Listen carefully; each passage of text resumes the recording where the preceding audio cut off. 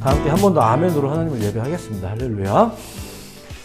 자, 오늘도 이 자리에서 그리고 혹은 각자의 자리에서 영상으로 데일리 처치의 말씀을 나누는 우리 모든 예배자분들 예수님의 이름으로 환영하고 축복해 드립니다. 자, 오늘 우리가 이제 나누려는 이야기는 엘리야와 과부에 관한 이야기를 좀 나눌까 합니다. 이 이야기도 지난주에 나눴던 것처럼 최근 저희가 묵상하고 있는 열왕기상의 한 내용입니다.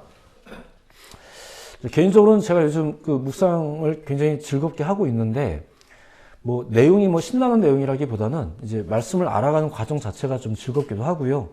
또 가끔 피드백을 주시는 분들도 있다 보니까 나름대로 즐겁게 묵상을 하고 있습니다.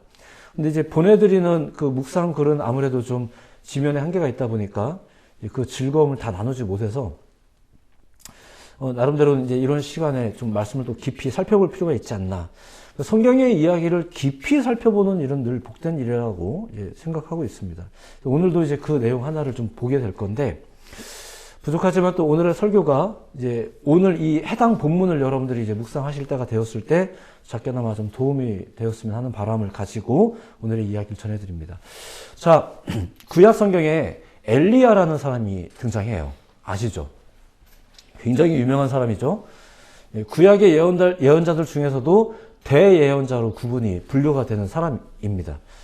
구약에서 그의 영향력은 거의 모세나 아브라함급이에요. 굉장히 이제 대단한 사람이죠.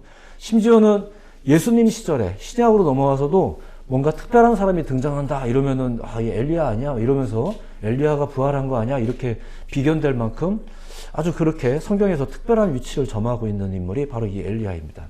자, 그런데 그가 처음 등장하는 때가 언제냐면은 이스라엘 역사상 최악의 왕이라고 평가받는 아합.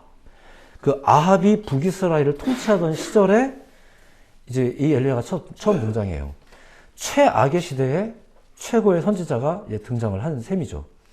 어쨌든 그렇게 아합이 통치하던 시절에 아합에게 그 하나님의 그 심판 경고를, 하나님의 경고를 이렇게 전달하는 과정에서 엘리야가 처음 등장을 하거든요. 자, 그가 뭐라고 예언을 했냐면은, 왕이시여, 당신이 하는 일이 너무 악하다. 이것 때문에 하나님이 심판하시는데 북이스라엘에 가뭄이 있을 거다. 이런 내용입니다. 근데 이 내용을 예언을 했더니 그 당시 아합은 그 하나님의 경고를 무서워하는 그런 사람이 아니거든요. 더군다나 그의 아내가 누구냐면은 그 또 유명한 이세벨. 이게 보통 여자는 아닙니다. 이게 부부가 쌍으로 그 성경 이야기 속에서 이 아합과 이세벨은 대단했습니다. 자, 엘리야의 경고를 듣고 그들이 긴장을 했다거나 이제 회개를 했다거나 그런 거 없습니다. 오히려 어디서 그런 소리를 이러면서 이제 엘리야에게 위협을 가하던 그런 사람들이죠. 어쨌거나 그렇게 엘리야가 가뭄 예언을 한 이후에 엘리야가 도망을 가게 돼요. 이게 단순히 아합이나 이세벨이 무서워서 도망을 간 게 아니라 하나님이 그 엘리야를 보호하시기 위해서 피하게 하신 거죠. 그리고 더불어서 하나님께서 다른 계획도 있으셨어요. 자, 그냥 도피만이 문제가 아니라 하나님께서는 다른 계획이 있으셨다. 이게 이제 오늘 이야기의 핵심인데, 일단 이야기를 조금만 더 들려드릴게요. 한번 들어보세요. 그렇게 이제 도피를 시켰는데, 어디로 도피시켰냐면은 그릿 시냇가라는 곳에, 그 요단 앞에 있는 그릿 시냇가라는 곳에 이제 도피를 했어요. 거기서 한동안 머물면서 이제 지냈는데, 이제 결국은 가뭄 때문에 그 냇물까지 말라버려요. 그 냇물도 말라버리니까 이제는 하나님이 또 다른 곳으로 이제 가라 이러면서 저기로 가 이러면서 이제 보내는데, 거기가 어디냐면은 사르밧이라는 곳이에요. 이 이름들 다 외울 건 아시고, 하나님께서 그를 보호하시려고 이렇게 보내는데, 처음에는 이제 그릿 시냇가, 여기 냇물도 말라버리니까 이번에는 사르밧이라는 동네로 보냈는데, 자, 이 사르밧이라는 곳은 참 중요합니다. 잠깐만 설명을 드릴게요. 이 사르밧을 배경으로 오늘의 이야기가 펼쳐지거든요. 8절, 여호와의 말씀이 엘리야에게 임하여 이르시되, 9절, 너는 일어나 시돈에 속한 사르밧으로 가서 거기 머물라. 이렇게 말씀하셨어요. 시돈에 속한 사르밧. 자, 여기가 어떤 곳이냐면 아합의 아내가 누구라고요? 이세벨. 대단한 여자였습니다. 그녀의 아빠가 엣바알이라는 사람인데 그가 시돈의 왕입니다. 그리고 이 사르밧은 바로 그 엣바알이 통치하는 통치 영역의 한 지역이에요. 그러니까 지금 하나님이 엘리야를 어디로 보내는 거냐면은 우상숭배의 도시, 그리고 약간 이렇게 등잔 밑에, 예. 거기로 지금 이세벨의 본향으로 그를 보낸 거예요. 당시 아합이 어땠다고요?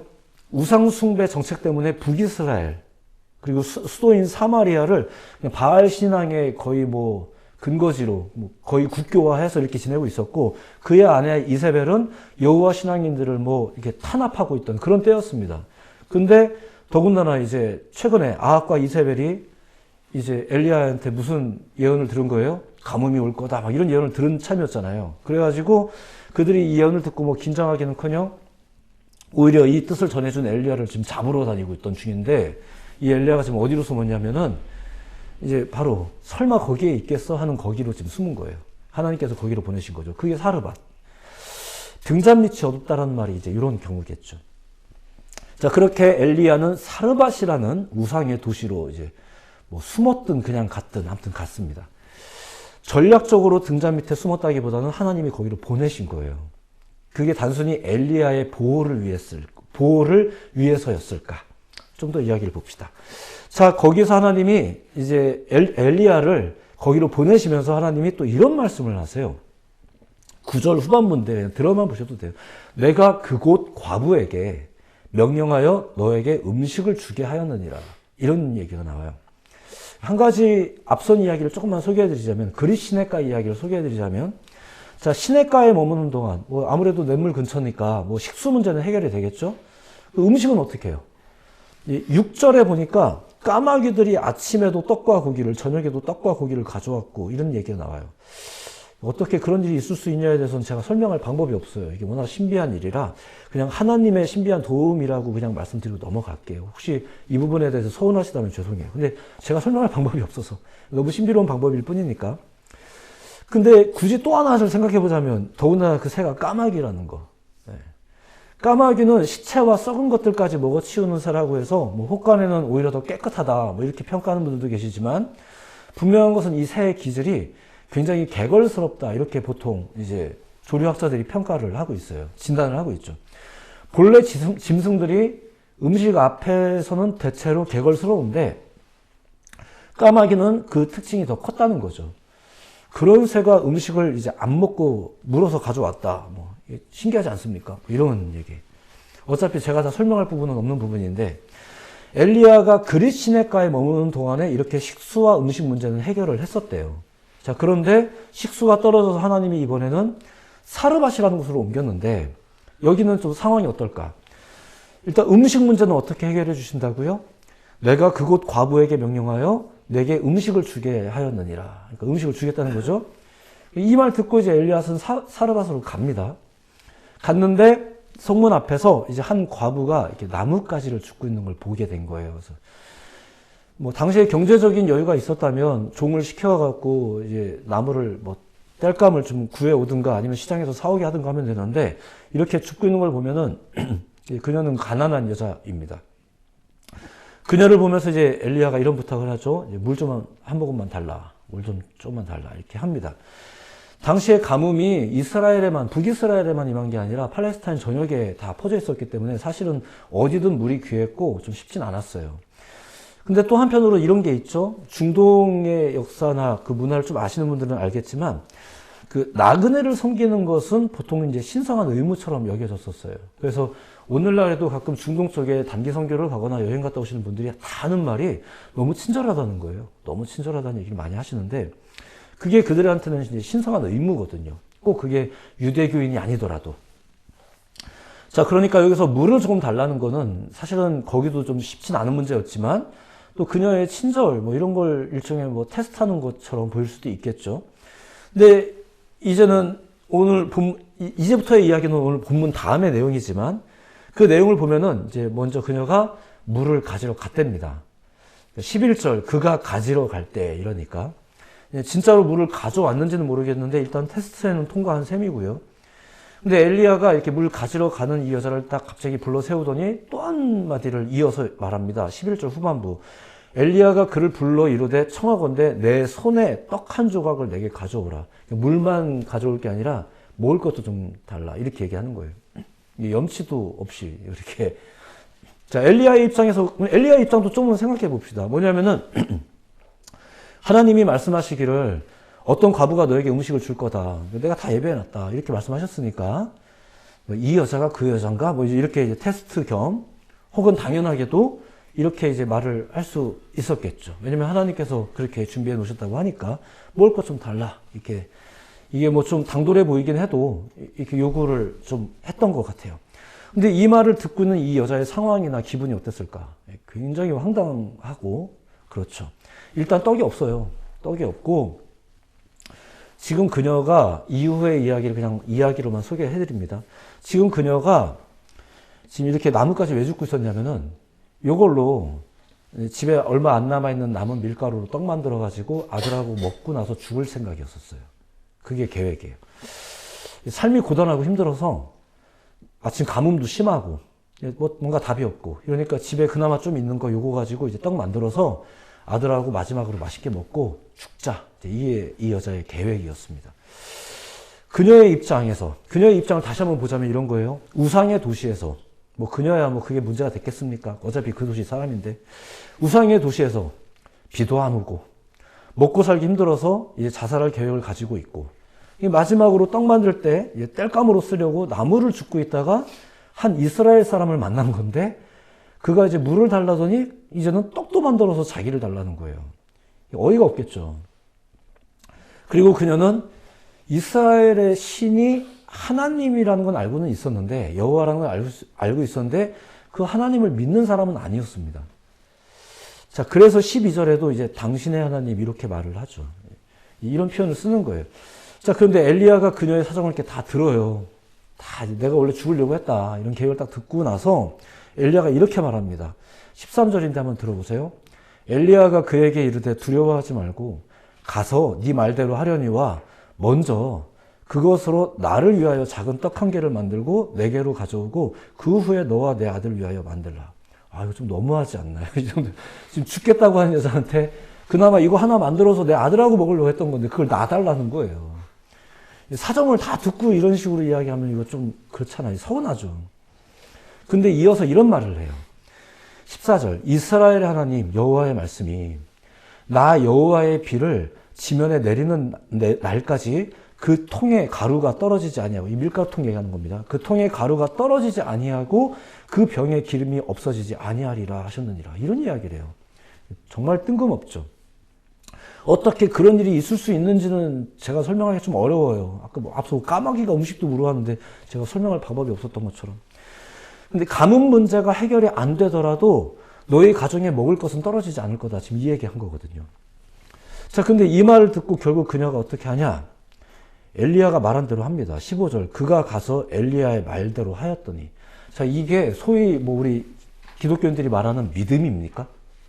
그녀는 지금 하나님을 믿는 사람도 아니고 지금 이 위기의 상황에서 엘리야가 한 말이 해결이라고 받아들여지진 않아요. 근데 그녀가 이렇게 엘리야의 말대로 했다는 게 믿어져서 했다고 봐야 되나요?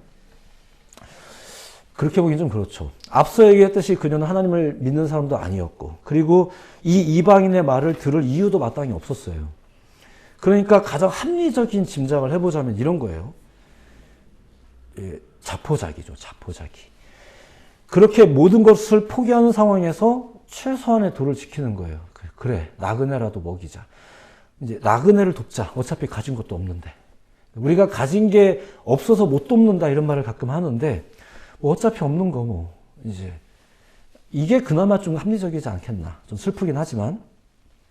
근데 결과적으로는 무슨 일이 벌어지는가. 15절. 그가 가서 엘리야의 말대로 하였더니 그와 엘리야와 그의 식구가 여러 날 먹었으나 이 합떡 한 조각 가지고 여러 날 동안 나눠 먹었다는 의미는 아닌 것 같아요. 16절. 여호와께서 엘리야에게 통하여 하신 말씀 같이 통의 가루가 떨어지지 아니하고 병의 기름이 없어지지 아니하니라. 이거 어떻게 그렇게 됐는지 잘 모르겠는데 이게 결과로 그런 일이 벌어졌대요. 그녀가 믿어서가 아니라 엘리야가 말한 대로. 이게 되게 우리 신앙 가운데 중요한 표현입니다.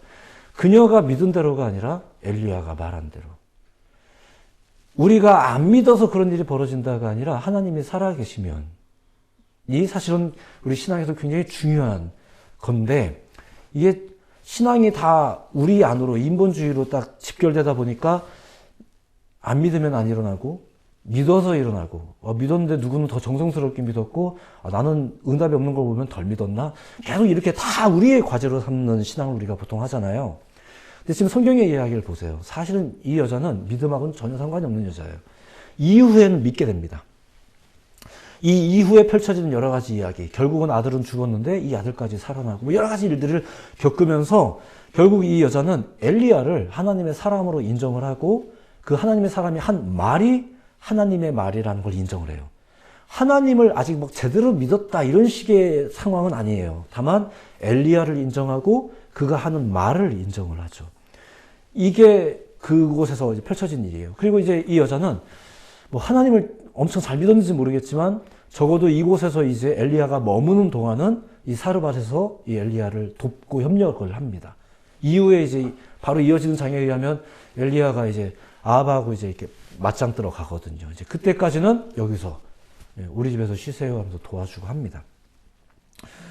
이야기를 잘 보세요. 하나님이 엘리야를 돕는 일환으로 지금 그를 이곳저곳으로 보내셨는데 결국은 사르밧까지 보냈죠. 그곳은 심지어 우상의 도시였거든요. 이게 뭐 전략적으로 좋아서 갔는지 모르겠지만 어쨌거나 그곳에서 엘리야에게 먹거리를 제공할 과부가 있을 거라고 했는데 지금 엘리야가 만난 그 과부는 오히려 엘리야의 도움이 필요한 정도였었어요. 너무 가난해서. 그래서 하나님이 기적적으로 그 여인을 돕죠. 그걸 제가 깊이 설명할 자신은 없지만 하나님의 은혜로 그 여인의 삶의 문제가 해결이 돼요. 단순히 물질이 해결됐다가 아니라 그냥 많은 것들이 해결이 돼요. 근데 이게 만약에 또 엘리야라는 사람의 능력 문제라면 이 과부를 만날 이유가 있나요? 그냥 자기를 보호하고 내 먹거리 문제라면은 나의 어떤 그걸 해결할 능력이 있다라면 이 여인을 만날 이유가 있나요? 그냥 자기 먹거리 문제 자기가 해결하면 되겠죠. 근데 그게 이제 하나님의 방식이 아닌 거예요. 하나님의 뜻도 아니고요. 하나님은 엘리야가 능력자가 되게 하지는 않으셨어요. 만약에 엘리야를 보호하는 것만이 목적이었다면 엘리야를 능력자로 만드는 게 제일 빠르죠. 그렇지 않겠습니까? 근데 어떻게 보면 약간 거짓말 같기도 해요. 그 여인이 너 먹을 걸 해결해 줄 거야 하고 갔는데 이건 뭐 내가 봐도 내가 도와줘야 될 판인데 이런 여인이었잖아요. 근데 중요한 건 그 여인을 만난 거죠.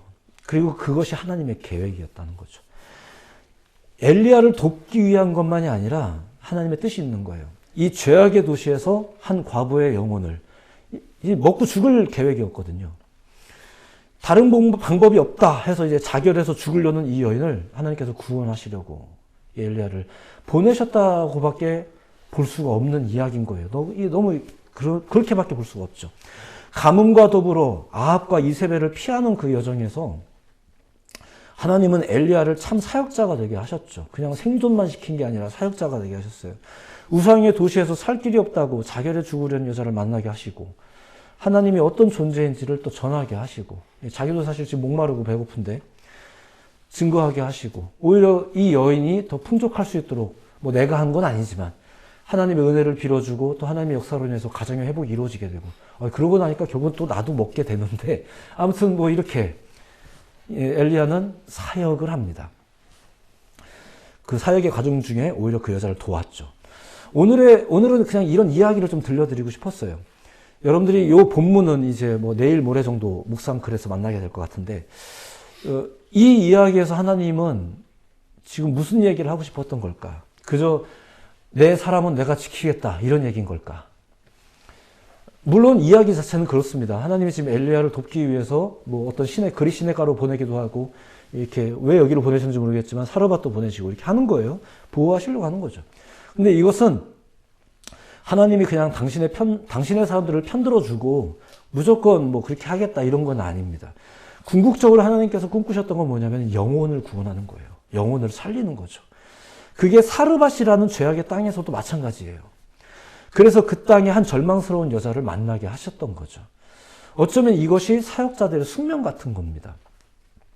하나님이 보호하시는 삶을 그들은 살아요. 그게 풍족하다라는 의미는 아니지만 그들은 하나님이 보호하십니다. 때로는 죄악의 땅에 가야 할 때도 있어요. 그런 만남을 또 가져야 될 수도 있어요. 근데 그것이 그저 수혜를 누리는 삶을 위해서가 아니라 오히려 또 더군다나 내가 먼저 도와야 될 수도 있어요. 저도 약간은 필리핀을 접고 한국에 왔을 때 약간 그런 느낌이었거든요. 물론 이제 곧 떠날 줄 알았던 것도 있지만, 이제 저는 이제 모든 지지 기반이 다 이제 없어지는 거기 때문에 어떻게 살아야 될까? 뭐 이런 부분들도 고민해야 될 일이었는데, 오히려 왔더니 뭐 작게나마 제 도움이 필요한 분들이 더 많이 있었고, 한국에 많은 이제 목회자들도 계셨고, 성도님들이 또 수년 동안 신방 한번 이제 받지 못하는 성도님들이 또 많았고, 이런 분들도 자꾸 만나게 하시고, 그렇게 한국에서의 생활을 제가 하게 된 건데, 그쵸. 저도 궁색한데, 이제 제가 오히려 섬겨야 되는 분들이 너무 많았던 이제 그런 경우를 조금은 경험을 해 보았습니다. 그리고 그들을 만나면서, 그분들을 만나고 운전하면서 이렇게 집에 돌아올 때마다 그런 생각을 하는 거예요. 왜 한국에 오게 하셨을까?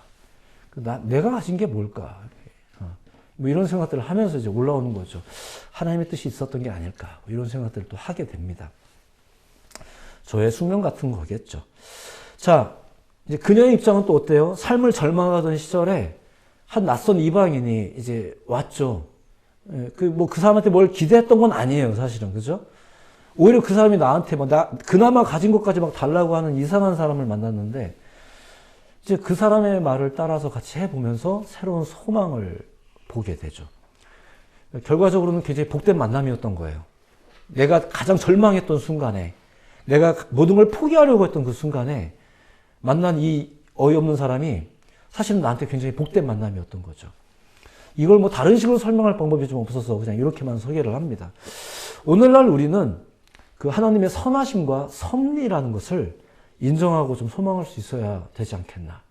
내가 하나님을 믿기 때문에 하나님이 그저 나를 도와주셔야만 한다. 무조건 그분은 내 편이다. 이렇게 고집과 아집에 똘똘 뭉치는 게 믿음이 아니고, 그게 신앙이 아니고, 하나님께서는 때로는 나에게 오히려 나도 힘들어 죽겠는데 때로는 나한테 베풀게도 하시는 이유가 뭘까?